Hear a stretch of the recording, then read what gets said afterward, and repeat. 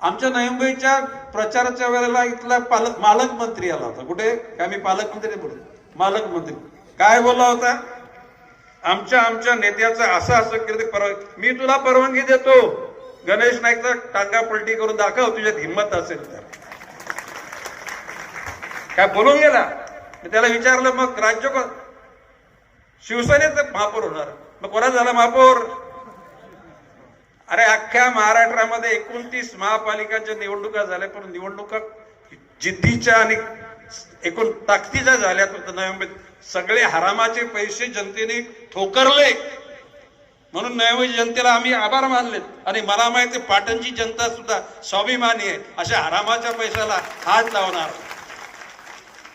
आता तो 5 वर्ष मालक मंत्री, 5 वर्ष दारू खात्याचा मंत्री होता, मी 10 वर्ष होतो. किती म्हणजे सिनियर मी आहे ना.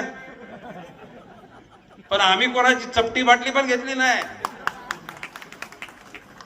इथे बिअर बार वाले असतील, तुमचे वाईन शॉप, कुठल्या हरिचालाला सांगा गणेश नाईक तुमचा पाणी तरी मागितलंय का? नाही, यांच्याविषयी काय लोक बोलतात ते पण जरा ऐकून घ्या जरा.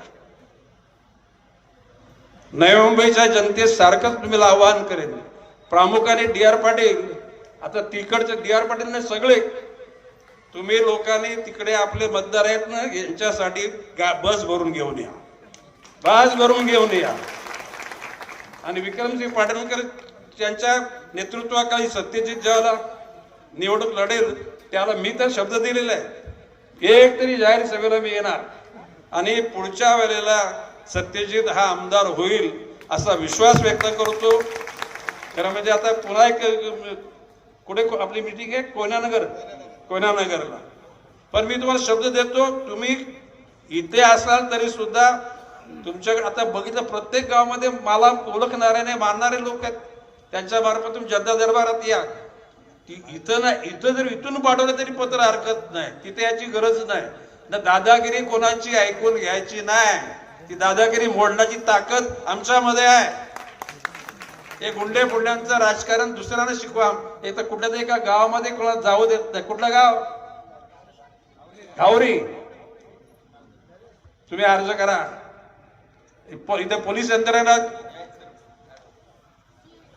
गावरी या उमेदवारांना घेऊन जा गावामध्ये, हात लावला तर हा गणेश नाईक बघतो.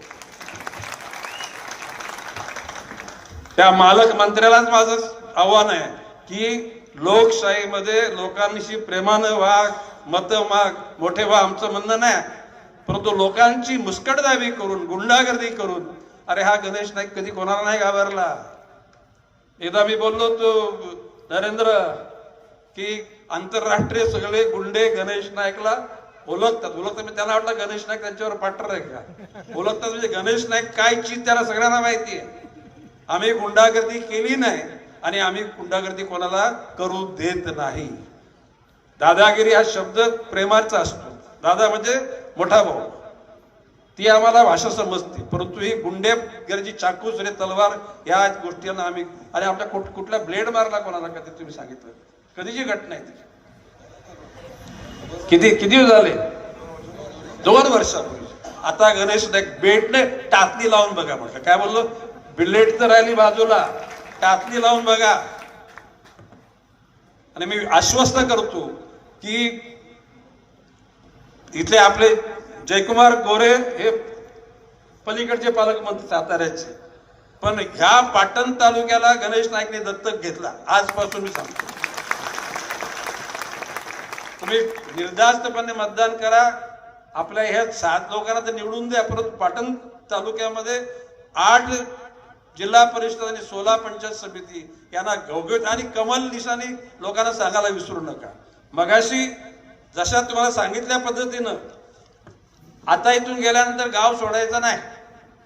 गाव सोडला तर मग ते वाटप झाली तर पोलिसांना बोलवा एकदा.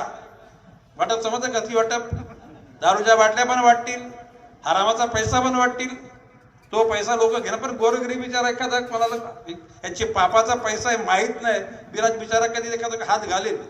परंतु अशा प्रकारचे पैशाची वाटप होत असताना तिथेच अडवा, तिथे अडवा. इथले SP आहेत हा तुषार जोशी एक 8-10 दिवसापूर्वी दुसऱ्या प्रकारात माझे बोलणं, मी आज त्यांना जाताना फोन करून सांगतो की कुठल्याही परिस्थितीमध्ये पैशाचं वाटप होता कामा नये. आमच्याकडे हरामाचे पैसे नाहीत म्हणजे आम्ही लोकांना पैसे वाटणार नाही. आम्ही वाटू तर प्रेम वाटू, आणि त्या प्रेमाच्या ताकदीवर निश्चितपणे सातारा जिल्हा परिषदेवर भारतीय जनता पक्षाचं अस्तित्व येणार आहे. ही पंचायत समिती भारतीय जनता पक्षाच्या ताब्यात येणार आहे असा विश्वास व्यक्त करतो. रजा घेतो. जय हिंद, जय महाराष्ट्र.